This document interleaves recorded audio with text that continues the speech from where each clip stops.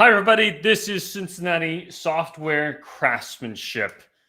We are delighted to see you. Thank you for joining us on this fine Wednesday. I'm going to go ahead and drop a wave in the chat as I do each month. If my emoji keyboard works. Well, maybe not. Feel free to wave anyway. I'll do a little real wave. It's not the same as a real life high five, but hey, we work within our constraints. As we do every month, I'm going to ask you again to follow us on our social media platforms. You can always find these links and more on our website, which you'll see on the next slide. Craftsmanship.dev. Thanks to Kat putting together this awesome platform for us. But follow us on all the things because you really don't want to miss out on any of our information and great events. Thank you to the Cincinnati Software Craftsmanship organizers. I appreciate all your support. And thank you to Kroger Technology for sponsoring our meetup. As a reminder, we're going to stick around after the talk. We're going to be giving a license to any one JetBrains product and a free copy of any Manning book. Like we usually do, we're going to start the giveaway registration right now. You have to be on Twitch in order to enter the giveaway. So go ahead and sign into Twitch and register. If you follow us, you get an extra bonus. So you'll have a higher likelihood of winning. All you have to do, as it says, is type hashtag CSC in the chat. We're going to talk about some really exciting upcoming events. It's time to announce the lightning talks for next month's end of year celebration. I know you all have been eagerly anticipating this moment. We have Merry Christmas for You All by Sarah Dukowicz. We have Docs Greater Than or Equal to Code by Becca Haratu Weigel. I really should have practiced these names before I got on here. Curry on My Wayward Son from Jake Witcher. Is Die Hard a Christmas movie? Let's Ask Azure by Matt Eland. The Anatomy of a GraphQL Query from Lucia Cerci. How Social Media Can Land You Your Dream Job from Taylor Desson. And Stuff My Candidate Said by Cassandra Ferris. Looking forward to all of those. This is really going to be an amazing event, and I hope that you will join us. January, we're going to have another one, Mission Impossible Prep Testing with Cypress.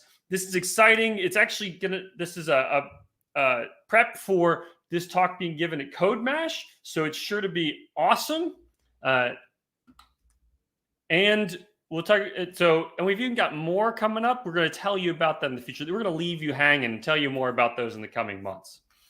We get some other community events that we'd love to tell you about. Cincinnati Web Tech Drink Up is tomorrow at 5 p.m. at Braxton, Cincinnati. That's always a lot of fun. I hope you'll come join us there. And with that, let's give a big Cincinnati Software Craftsmanship welcome to Michael Dowden. Hey, Michael. Hello. Let's give Michael a little applause in the chat, can we? Cool. So welcome, Michael. I'm going to turn it over to you. Awesome. Let's learn to build great software. Looking forward to it. All right. Well, thank you, everybody, for being here this evening. I'm really excited that you're sharing your time with me, and I'm hoping to share with you a little bit about remote software development. My talk is titled Winning as the Home Team, so let's get started.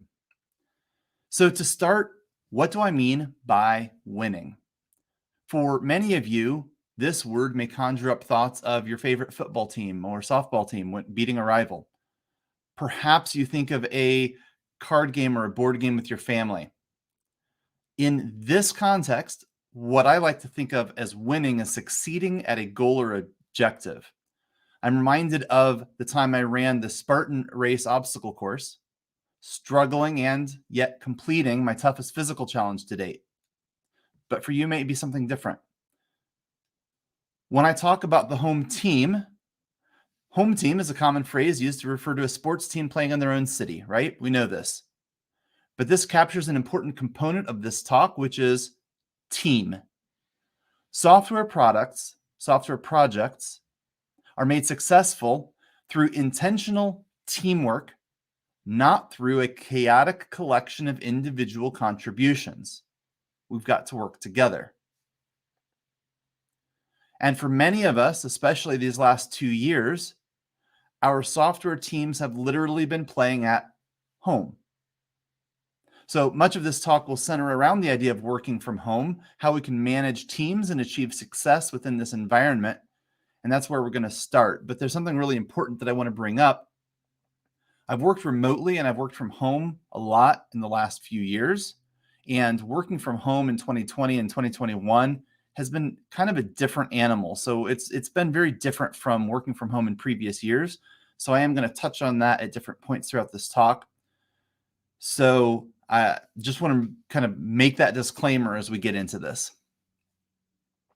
So let me start by introducing my work from home story.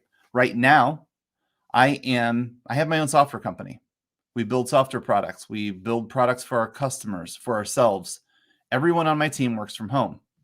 We've been doing this for several years. Before this was up and running full time, I worked as a consultant for another team. And one of the things we implemented there was work from home Fridays. So while I worked out of the office 4 days a week, I worked from home 1 day every single week. Did that for a couple of years. Before that, I worked on a team that had people in multiple cities. In fact, multiple companies. We had 5 or 6 different companies involved in the project. People were in 4 or 5 different cities at any given point in time, and we all had to collaborate and work together. So as much as I did work out of an office a lot of the time, I did work from home about half the time. And regardless, we were always distributed. And as I go back through my career, you'll see there's lots of times where I had the ability to work from home sometimes. In some cases, I worked on site. In other cases, I worked out of an office. I even, just a decade ago, completed my MBA degree completely online. So this is something I've done a decent bit. In fact, in looking at preparing for this talk, I looked through this history and I realized something. This is what my career looks like. A third of my career of 20 plus years, I have worked from home at least half the time. In fact, for 1/6 of that, I have worked from home entirely, totally, 100%. Now, your experience may be very different. Maybe this is totally new to you. Maybe you've still never done this, or maybe you have worked from home a lot more than I have. And all of those are totally valid, but it's interesting to me to look at our different experiences when we start looking at how we're going to make remote work for us and work for our teams. So to talk about this, we need to kind of define our terms, right? What do we mean when we talk about remote work? What do we mean when we talk about working from home? What are we getting into? And so the first thing to look at is the frequency.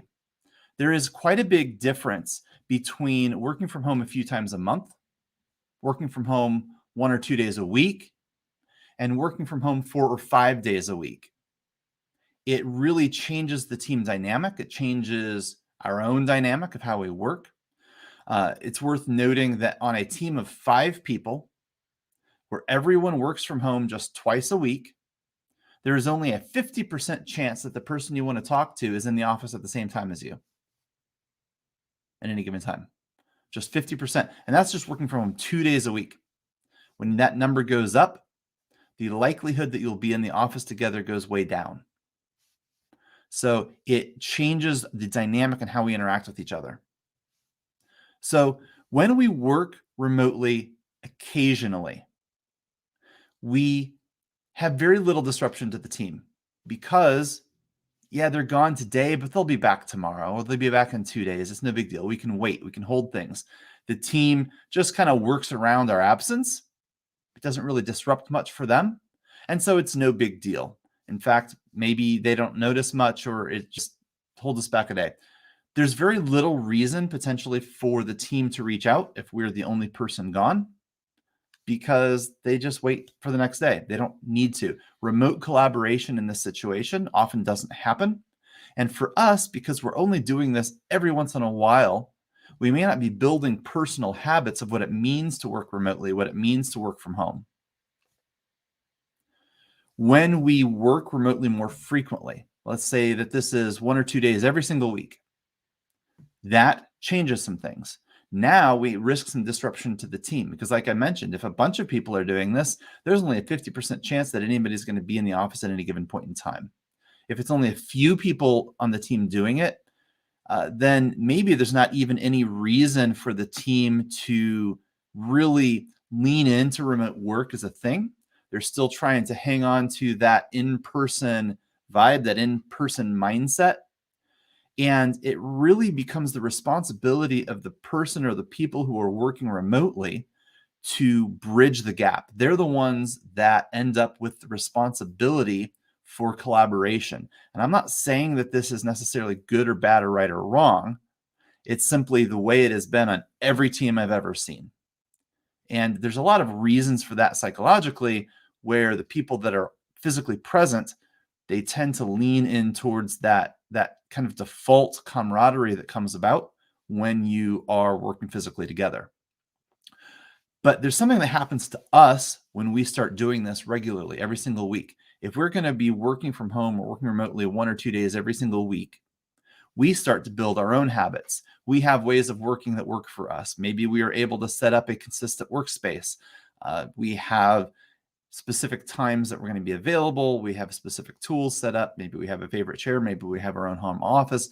Whatever that looks like, we are starting to build habits around how we're going to work when we're not in the office. And that helps actually improve the team. Maybe the team starts to become really disconnected, but now we've got some consistency in how they can interact with us when we're remote.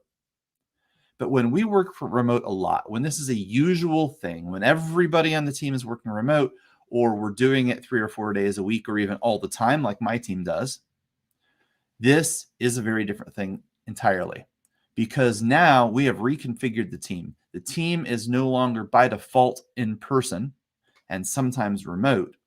The default changes. The default is now we can't ever assume that we're going to be in person. That will be the exception instead of the norm. Even if we're only working remotely 3 or 4 days a week, that still is going to become the new default. The team is going to start building new habits and new communication channels and new ways of working to make the remote communication thing happen. In fact, we can't avoid it anymore when we do this a lot. Okay. And collaborating remotely becomes something that happens every single day, all the time, and it really improves the team dynamic eventually. Not right away, but eventually. And so not only are we building good habits, but the team is building good habits together.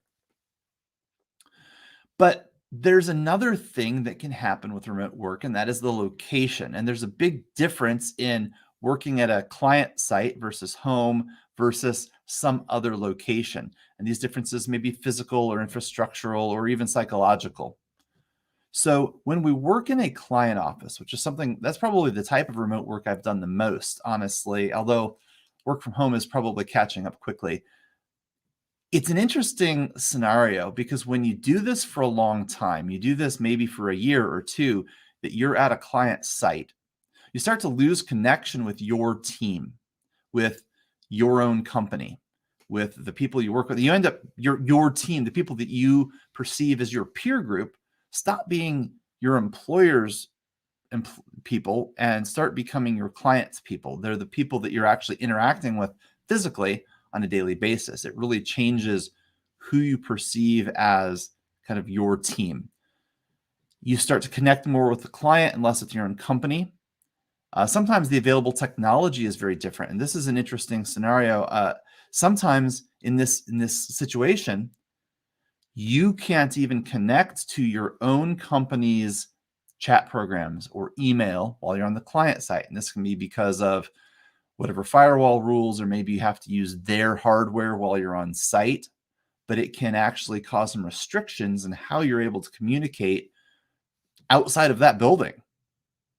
And the infrastructure they have in place, the VPNs, the hardware, whatever their rules are, can change that. And this can actually put you under some stress. You're kind of on your own. You're isolated a bit from your company, and you're always under a microscope because the client is always there with you. They're always watching you. And that can actually be quite a bit of pressure to feel like you're under a microscope the whole time you're at work. So that's one type of location. Another type of location I call the coffee shop, but it can be anytime you don't have a fixed location. Yes, it can be a coffee shop. It can be traveling around to conferences. It can be, going on vacation or spending a month on the beach, or having a co-working space where you don't have a designated spot to sit up. And so it's a little bit different every time. And in this situation, this can be really challenging for the team, actually, because they don't necessarily ever know exactly where you're going to be or when you're going to be working. There could be Wi-Fi limitations, or there could be background noise that makes it really hard for you to hop on a call at any given moment in time, which means that there may be some communication channels that just don't work very well for you when you're in that situation. And so the team may not know at any given moment in time, what is the best communication channel or method to use? Can I get you on a video call right now? Yes or no? Are you going to be able to answer my Slack messages? Yes or no? They don't necessarily know. That puts stress on the team. Maybe we're out there on the beach living our best life, coding away, but we don't have good enough Wi-Fi to be able to connect to the team. And that puts stress on them because they're not able to get a hold of us when they need to ask us something, for example. So there's lots of interesting things, but it puts pressure on the team sometimes. Now, home is interesting. When we're working from home, especially when that is our dominant method of remote work, usually we're able to build some habits. Maybe we have a quiet space we can go to take calls. The team starts to understand what it's like to work with us when we're in that environment. We're able to maintain a connection, having some consistent working hours. It's comfortable and familiar to us, right? Now, whether you like working from home or not, it's at least a place where hopefully you feel welcome and invited and comfortable and on your own. You feel in control of your environment to some extent. But it's really important to note a few things. Not everybody has the same access to technology and even to internet and other things when they're working from home. I've worked alongside people in a variety of countries, people that were urban and rural, had different access to internet, different internet speeds. We've run into situations where video calls didn't work super well because of that. And so you have to be aware of some of these differences and what people have access to just from a technology and an internet bandwidth situation. But also, people's home lives are different, right? Some people are stressed out when they're at home. It's not a really comfortable place. Others, I love it, but some people don't. And there's differing amounts of stress for different people. If your kids are home with you, that can make it really hard to get work done. When you're sitting there trying to work and you're looking at the pile of dishes or the pile of laundry and you're behind on some of your chores, that can be really hard. And the other flip side of that is to remember that when you are on a call with somebody, they're effectively inviting you into their home. So it kind of changes the way we think about those digital interactions in some cases. So another component to not just remote work, but any type of work are individual personalities. And it's very, very, very important to look at the tremendous amount of diversity in what works well for people when we are needing to craft new ways of communicating and collaborating to work well in a remote situation. And so I'm going to give a quick overview of some personality traits, and I'm going to use MBTI as a framework, but it does not mean that I endorse MBTI, especially not for use in employment decisions or when applied to individuals. It is only useful at all in defining some buckets to speak of in general terms of different types of communication preferences. And that's how we're going to use it today. So we have introversion versus extroversion. That can really change the way we draw our energy for social interaction. the way we process information, sensing or using our senses versus intuition, the way we make our decisions. We think about it versus, so we kind of use our feelings for those things, and even some of our lifestyle, judging versus perceiving in different things. And these are the different components of the way the MBTI builds these buckets. Really high level, what we're looking at here are 3 very common personality types in the United States for software developers. There are a lot of others, and nobody falls perfectly into any given bucket. The purpose of this is to look at the differences in how we interact with our environment. So in this diagram, for example, one personality type really loves open offices. They love open layouts. They don't need or even necessarily want to have their own space that is theirs and personalized. They want to be able to hop around and move around, and maybe they work at one desk one day and another day, and they love that. Some people just cannot stand that. They don't like open layouts. They really want to have their own space. They want to customize it. They're the ones that are going to have photos of all their family members and their pets in their cubicle, right? Whatever that may look like.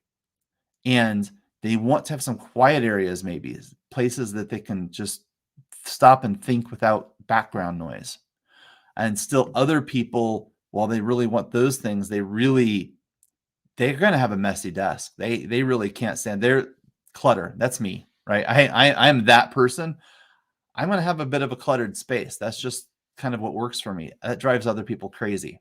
And so we've got to think about that when we're looking at how to build digital spaces for our interactions. Communication is another thing we need to consider. Some people, like the person behind the computer there, really wants to pause and think about answers to things. This is the person that if you're in an in-person meeting and you put them on the spot, they're going to freeze up. It doesn't mean they don't know the answer. It doesn't mean they don't have a fantastic answer. It means they don't like to be in the spotlight like that. They want time to think about the best way to craft their response. They really like asynchronous communication. They like text-based communication. They're the ones that want to have 10 minutes to think about the way to craft that reply in an email, for example. Then you have other people. This is the ESTJ in this example. This is the person that when you're trading text messages or Slack messages back and forth, suddenly your phone rings and they're like, hey, can we just talk about this? Because I don't really like that text message thing. It's not as effective. And for them, maybe it isn't. And so we need to balance that out, because now I've just described 2 completely different modes. One person that very, very much wants to have that real-time voice communication, and the other one that very much doesn't want to do that. And then we have this third type of person that is standing up at the board drawing diagrams. This is the person that when you're having a meeting in an office, they walk up to the marker board every time you ask them a question so that they can just kind of draw it for you. And it's really important that when we build digital communication platforms that we have a way for them to communicate using their method, because just using text or voice isn't necessarily their preference. They're losing a part of their tool set when they don't have a way of drawing things out for us. And so we need to consider all of these avenues when we build our processes. So speaking of communication, another thing to think about is time zone distribution. Right now, my team is all the way from the West Coast to Eastern Europe.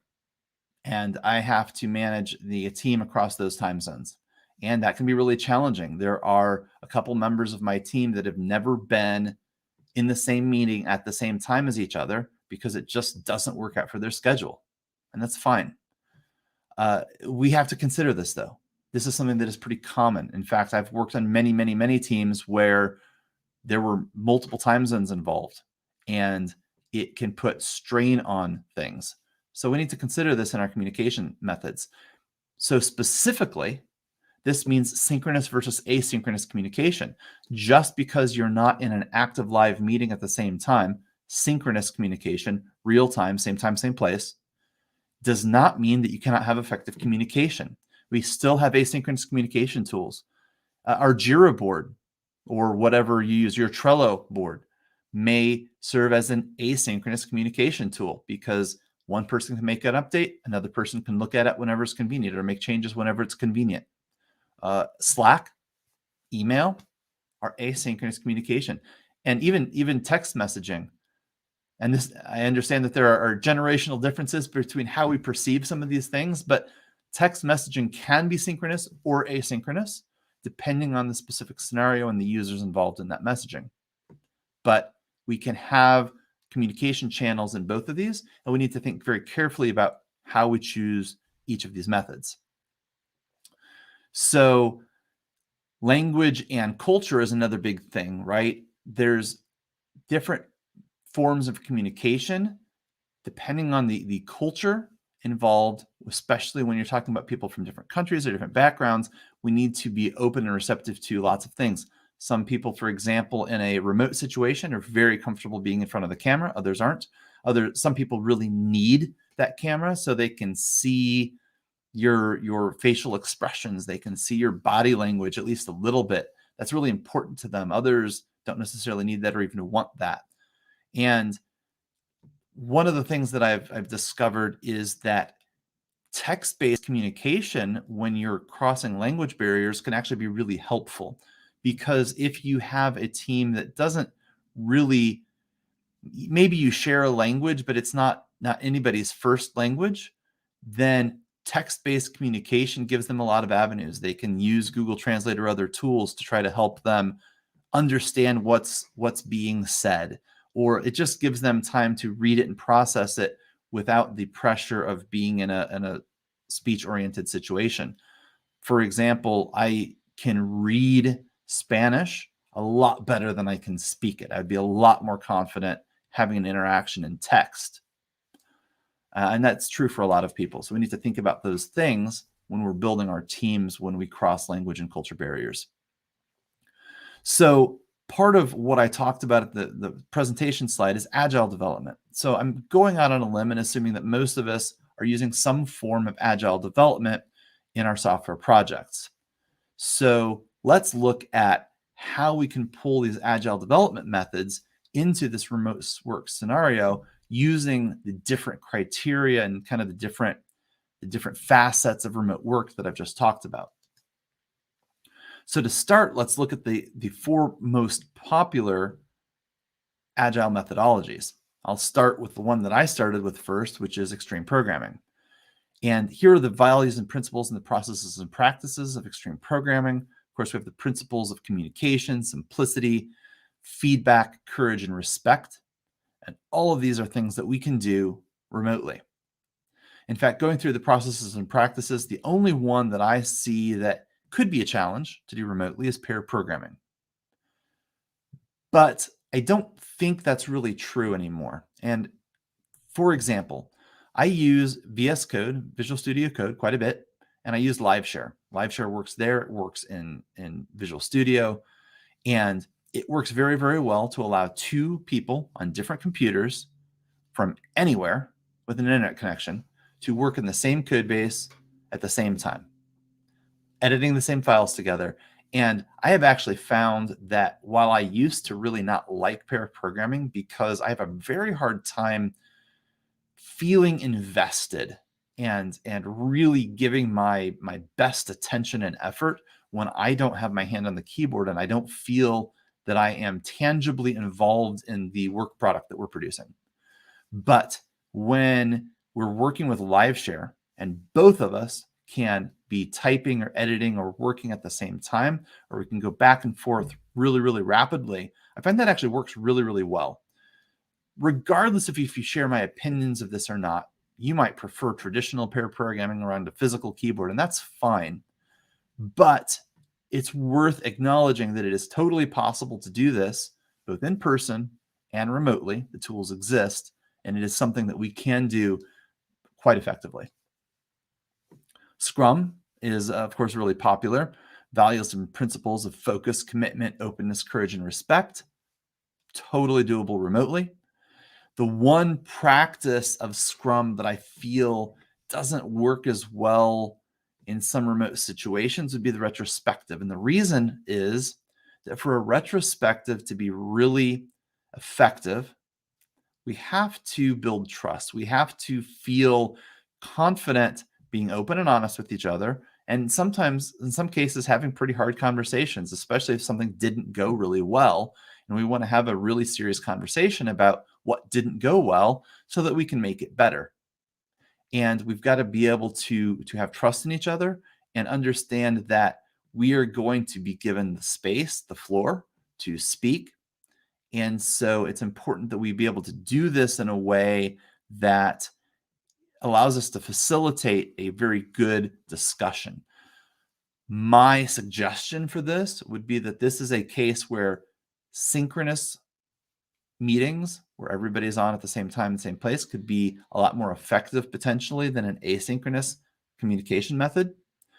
Regardless of how we do it, we need to make sure that this is very carefully moderated by a manager. It's doable. I've done it. But we need to be aware of the emotional side of the retrospective and cater to that very carefully and how we construct the feedback mechanism that we're going to use on our remote team. Kanban, values and principles, of course, focus, decrease waste, and the customer needs first. We can totally do that remotely. The practice, in my opinion, that is the hardest to do remotely is ideation. And ideation, a lot of times, is one of those things that takes place. Everybody's in a room together. You have Post-it notes. You have dry erase markers. You're throwing things on the board, and then you start to organize and coordinate them. And I really enjoy these types of sessions. It's the thing that for me has probably been the hardest to change when working remotely. And the secret here is to find a tool that works really well for your team. It can be Mira, it can be Trello, it can be a Jamboard, whatever that tool is. There are lots of tools that allow you to draw, that allow you to move things around, that allow you to quickly and easily create and add and remove things and give access to every single person on the team at the same time to be able to do this. So the trick to ideation working well is to just pick the right tool. They exist. Find something. Try. Don't be afraid to try a few different things to see what works well for your team before committing something. And think through very carefully the needs of your team. Because if you choose something like Trello, for example, and you have a number of people on your team that are very visual people that want to be able to draw and diagram, then you may be kind of holding them back in what they're able to deliver in these types of sessions. So think about that really carefully. Lean has the same exact challenge, and that's with process mapping, which can often work very similarly to ideation. And I find that similar tools really work well in this situation as well. So getting into the Agile Manifesto really quickly, which is the kind of the origins of Agile methodologies. Why is it that we sometimes hear that Agile development doesn't work effectively on remote teams? And one of those reasons I feel is this statement in the Agile Manifesto, which says the most efficient and effective method of conveying information to and within a development team is face-to-face conversation. Honestly, I don't believe this at all. I don't believe it at all. And here's why. I believe that for some people, face-to-face communication is more effective, but not for all people, because we have different communication styles. There is no one communication style that is the most effective for all people. Just does not exist. We know this. But I'm not convinced that that's actually what this is referring to. And I've heard some of the signatories, in fact, of the Agile Manifesto say that that's not really what they intended, but rather that what they're saying is that removing layers of misdirection and filter between the source and recipient of information is extremely inefficient. Okay, I can get behind that. We don't want to play the telephone game where the message passes from person to person and changes as it goes through. That's not effective. I'll agree with that. However, face-to-face isn't necessarily the best for the overall team. And here's why. When we have all of our important discussions face-to-face, if there is nobody responsible for documenting the output of that, then we lose that knowledge. That knowledge only exists in the minds of the sender and the recipient. And we know that no communication is perfect. So they have slightly different visions in their head, and it exists nowhere else. So one of the things this leads us to is that in order for communication to be effective, it has to be shareable between team members. Face-to-face conversations are by default not shareable, which means they may be effective at removing filters, but they are not effective at building good quality documentation or reusable instructions that can be passed along to other members of the team. So we need to be very, very careful with this concept here. Another concept of agile development that's really important is that business people and developers must work together daily throughout the project. I actually agree with this. However, if you've ever been on a project where the customer or the business owner did not work in the same building as you, then you're already doing remote agile because they're a part of the project too.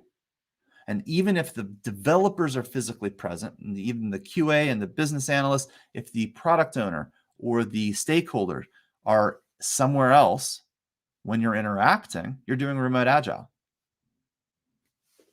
So it's just worth pointing that out. And finally, and this is something that I think is really important to point out, the emphasis here is totally mine. Build projects around motivated individuals, give them the environment and support they need, and trust them to get the job done. And this is very important because if we do not give people the environment and support they need, they cannot be effective. This is true of any project. We know this. We've known this for a long time. It's one of the reasons it got codified into the Agile Manifesto. We understand that projects change, things change, even the people on the team change, but we need to make sure that we have healthy environments. This is so important when we look at building remote work because a lot of the reasons that I see remote work fail in an organization is because the support was never there. The environment was never there. Everybody just kind of got thrown into the situation and nobody took ownership over that environment and that support component. Therefore, not having success is kind of the expected outcome. So we need to think about this very carefully. So enough about this. Let's talk about winning, right? That's a big part of this talk. Winning as the home team. We want to win. How do we do that? It's like I just said, trust. Literally, if you won't trust your team, your managers, each other, nothing else I say will matter. If you're a leader of a remote team, your entire job is to build and maintain trust. That's it. That is job number one. Everything else is just a detail around how you're going to build and maintain trust on your team. And this is harder on a remote team than it is as an in-person team because we lose that psychological effect of togetherness. We have to compensate for that. But it's totally doable and it will be very rewarding. So when you're first starting out as a remote team, there are some limitations. There are things you run into that are barriers to entry, as it were. One of the things that happened last year, and we saw this when suddenly lots of companies sent their employees home, is that a lot of employees didn't have access to the tools and software and systems they needed. And a lot of that, the number one reason for that was lack of VPN licenses. Specifically, this came about because of the amount of on-premise software that existed and the number of networks. You had to be connected to that physical network at the office in order to gain access to the software and tools you needed. And the only way you could do that if you weren't in the office was through the VPN. That infrastructure configuration is a limiting factor to remote work, good, bad, or different. Physical boards. If you have ever managed a physical Kanban or Scrum board, then you've probably run into the situation. So I had a funny story happen at one client a few years ago where we had this physical board. We had Post-it notes, we had dry erase markers, we would sit and do things together. We do all our planning sessions together. And then a couple days later, over the rest of the course of the week, the Scrum Master or some of the task owners would go through and make sure that the Jira board got updated. So we actually managed 2 boards, a digital Jira board and a physical marker board. But we had a problem where requirements were going missing as part of this process. And we eventually figured it out. See, it turns out that we were using Post-it notes on this board. Post-it notes, as you know, aren't always super sticky. And there was an HVAC, an air conditioner unit right behind it. So it would overnight, it would sit and blow, or during the day, it would sit and blow on these Post-it notes, and sometimes it would blow them to the ground, which by itself isn't the end of the world, except that the janitorial staff kept putting the trash cans right underneath our board. So the Post-it notes would kind of flutter off the board and land in the trash cans and get taken away diligently the next day, and they would just be missing. So there are other side effects of physical boards other than the fact that they're really hard to collaborate around. But when you work remotely, there's no good way to do that. You've got to have virtual boards. Speakerphones. If you've ever been the one person out of the office when everybody else is in the office trying to yell around a speakerphone, you know what I'm talking about. This was a big challenge. And actually, this is one of the things that got a lot better when everybody switched to Zoom and Google Meet and everything, is that we're all talking directly into our own microphone. And suddenly it got a lot easier to hear everybody than it did when we're in a big room all trying to yell around a single speaker. So what are some of the processes that we should use to get around some of these limitations? One of those is synchronous touch points. Now, I'm not a huge fan of constant real-time synchronicity on my teams. In fact, it's not possible. As I mentioned earlier, we have team members from the West Coast to Eastern Europe. We are not always working at the exact same time. In fact, one of the things that we do as a team is that we really don't have core working hours. People work whenever it's convenient for them, with the caveat that we have some core meetings that are our touch points. So each one of our teams has 1 or 2 touch points every single week. We show up to those. We're there together. We're there live. And that's it. The rest of the time is asynchronous. But it's very important that you have these synchronous touch points. You need, whether it's one-on-one or the whole team, doesn't matter.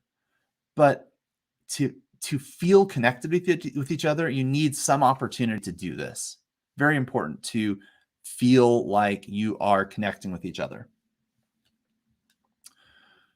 Lean into text-based communication. One of the great things about text-based communication is it can serve as an almost automatic source of documentation. When you have a discussion back and forth about some requirements and you come to a conclusion, copy and paste that conclusion and put it in your requirements document. Maybe even the whole discussion, potentially, depending on the situation. My team, we have integrated we use the Atlassian suite. So we use Jira and Confluence, and we have those integrated with Slack. So when we have a conversation with the team in Slack and something happens, we can actually select that and, using the built-in tools, immediately send that to a document or to a Jira card or whatever. We can do that automatically. Work with your tools to find ways to make it as easy as possible to take those kind of ephemeral communications back and forth, whether it's an email or Slack message or Teams or whatever, and turn that into a persistent source of documentation in your knowledge base. The easier you make that, the more you're taking advantage of the natural flow of information and making it so that you can communicate that with the rest of the team later. Directly related to that, focus on documentation, because if you have a distributed team and you do not have the exact same working hours, or if there are other limitations to being synchronous, then it's really important that you have documentation, because without documentation, if I don't have immediate access to give you a call or to get you on the phone synchronously at any time that's convenient for me, then I have a problem. I may get stuck. And when I get stuck, if I can't look that up the answer, then how do I get unstuck on my own? I need to wait for you. And so one of the things you see is in a team that is not focused on documentation and that is accustomed to synchronous touch points, when you have time zone issues or you have different working hours on the team, that can really cause some built-in friction into getting things done effectively. I mentioned this earlier, maintain a digital board, whatever type of tool you use for your project management, make sure that it is digital and make sure that everybody on the team has access to it. And ideally, read-write access. Give everybody the opportunity, at least within parameters, to be able to change the tasks related to them and their work. One process that I really believe in as a software developer is code reviews. And the reason is that I find that code reviews are a great opportunity for coaching and peer review. They're a great opportunity to help enforce team rules and to review those rules to make sure that they make sense. There's a time and a place for automated linting and rules and code analysis, but there's also a time and a place for understanding that some rules are just really hard to codify and that we want to have some flexibility with that. Code reviews are a great opportunity to help get feedback to and from newer developers. For example, one of the things that we do on my team is every single developer, myself included, is subjects their code to code review. And every single developer, even the newest, most junior person on the team, has the ability to leave feedback. And it has been just a profound thing that it has done to our overall culture, in that all of us have to subject ourselves to this. And we have to take that feedback and listen to it. And we've really learned a lot from each other in doing that. Go ahead and have some standard office hours. And this kind of relates to the synchronous touch points, but make these times that don't have a specific goal or agenda. I call it the water cooler meeting, right? It's that effect where in a physical office, people will just kind of naturally find times to hang out in ones and twos and shoot the breeze and talk about whatever. And that kind of time really helps build rapport with each other. It happens naturally in a physical office environment. It doesn't happen naturally or automatically in a remote work situation when we're not physically together. It takes effort a lot of times. So having these opportunities to kind of interact casually can be really valuable in building your team dynamic. It's really been very helpful. My team really appreciates this. We have one of these meetings on the calendar every week. Sometimes 1 or 2 people show up. Sometimes 4 or 5 people show up. It doesn't matter. Sometimes we talk about work. A lot of times we don't, and that's totally okay. So here are some anti-patterns that I've run across, things that I would recommend that you avoid when you're building out your remote situation. And too many touch points. Don't ask people to check in every hour. That's just too much. And it hampers efficiency. And most importantly, it indicates a lack of trust. Let people do what they want to do. Let them reach out when they need you. Provide communication mechanisms. Tell them how to get a hold of you and then get out of the way. Don't spy on your employees, both because it degrades trust, but also because in this work from home environment, they're literally letting you into their home by having an interaction with you. So if you're spying on them, you're not just spying on them and their work, you're spying on their home life. That's very personal. I don't think that's appropriate ever. Be aware of Zoom fatigue. It's very real. Being under the microscope, being on camera all the time can be really hard. So consider alternatives to these meetings. Like a typical millennial, I've hated talking on the phone for so long. I've actually found myself this past year talking on the phone on purpose just to avoid a video meeting. It's something that's changed in me. It's changed in some people. Just be aware of it. Think of alternatives that you can do instead of necessarily always doing that same exact type of meeting. And related to that, maybe don't have mandatory cameras all the time. My team uses cameras a lot. We like to use cameras. It's not required. Sometimes we're camera off. That's totally fine, but it's never required. And I think it's really important to give people the opportunity to have their privacy. They just don't feel like being on camera. That's fine.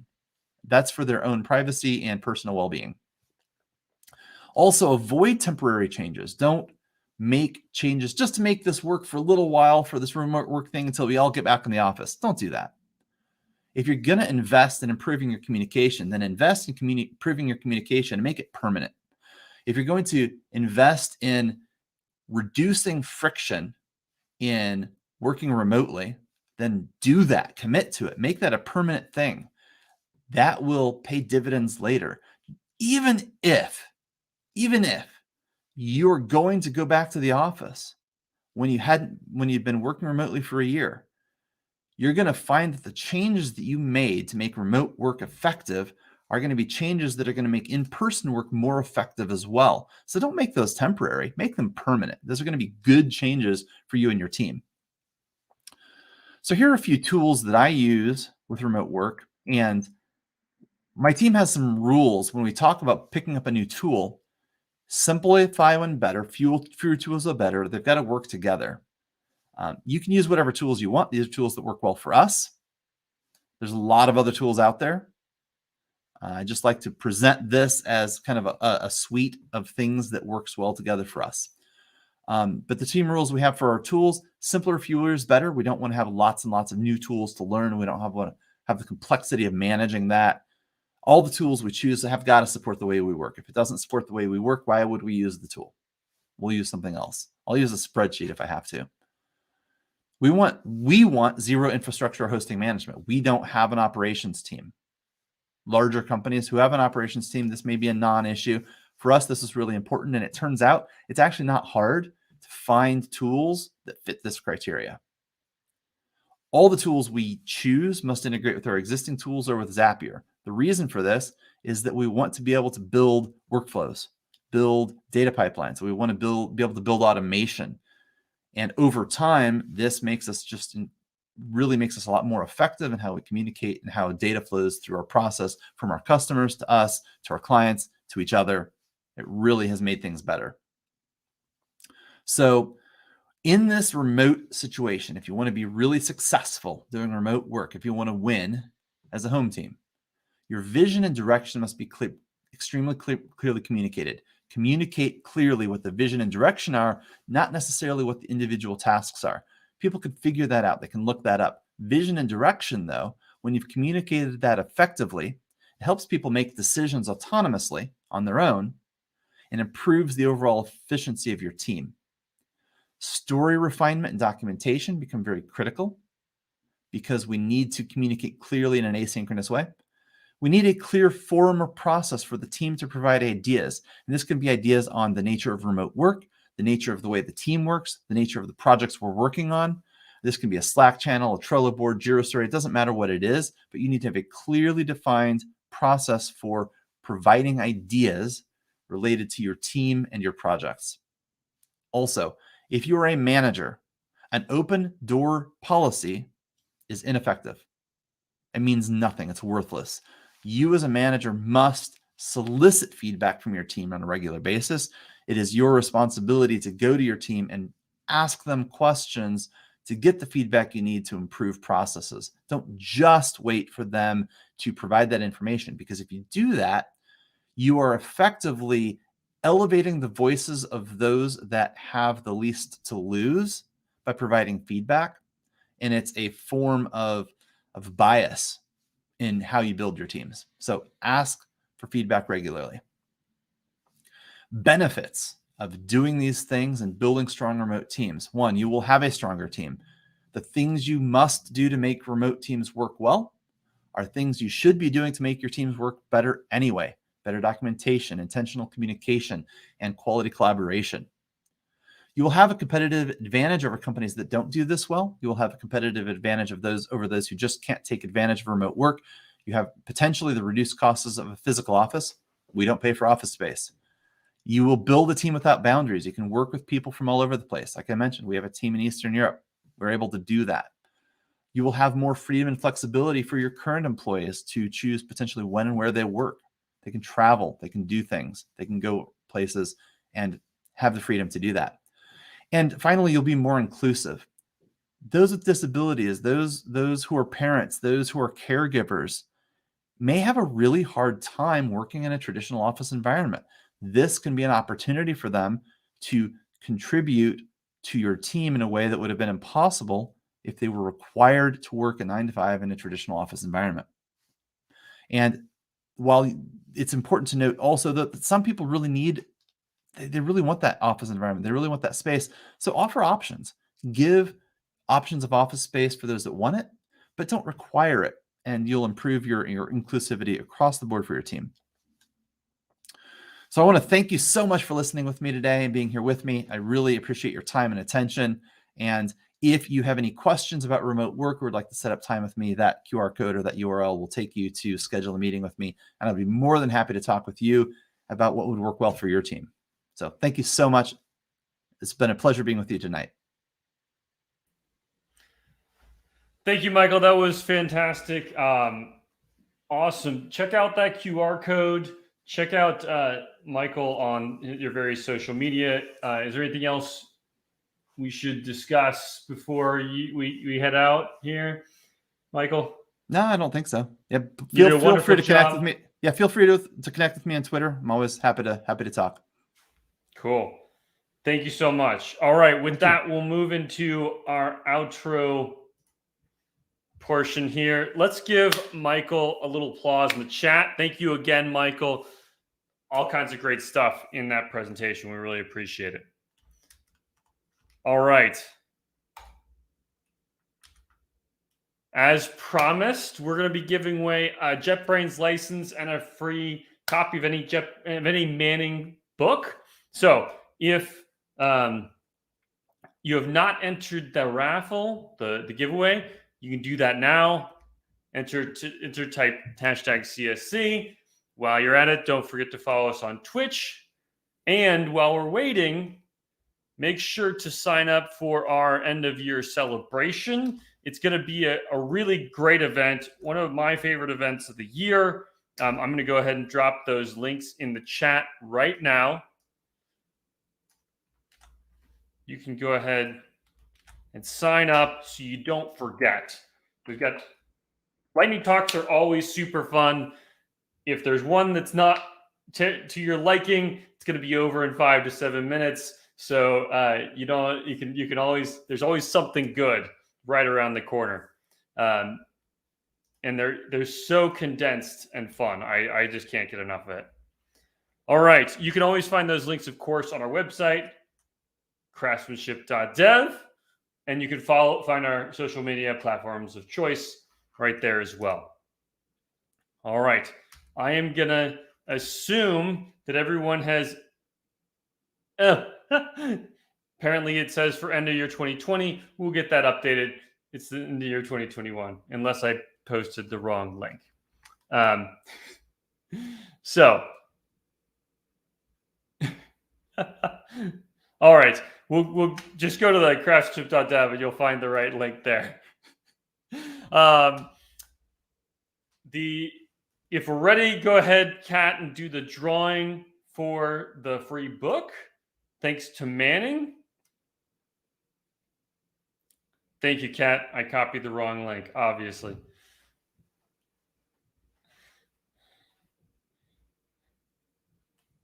While we're waiting for that, if you are the winner, you need to make sure that you respond in some way. We will reach out to you. You can also email us.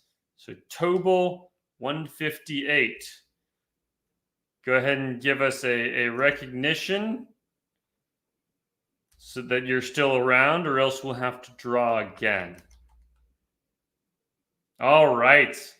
Excellent. Congratulations to you. We also have a free JetBrains license that we're giving away. Go ahead and do that second drawing, Kat. Line Bites. Line Bites, are you still here? Go ahead and acknowledge. Yes, we got you. Awesome. Okay, so Tobel and Line Bites. Awesome. We will get you those prizes. Just make sure that you connect with us. You can email us. Also, be aware you can get a 35% discount on all Manning products because of our partnership. We don't get anything out of this. You just get a nice discount. Check out that code when you go to the Manning website. We want to say thank you to all of our attendees. We love you. You make this a great event. And if you want to speak at CSC or someone we should reach out to, let us know. If you want to contribute somehow, be part of the team, reach out, Michael at craftsmanship.dev. We'd love to work with you. Also, we'd love your feedback. How are we doing? What can we do better? What did you really love about this event? How can we do more of that? You can always email me, michael@craftsmanship.dev. With that, I hope that you'll join us on Zoom for the post-presentation social time.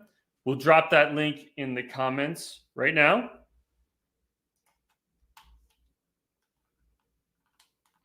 Thank you. And with that, I hope to see you all in the Zoom chat. Thank you. Have a great night.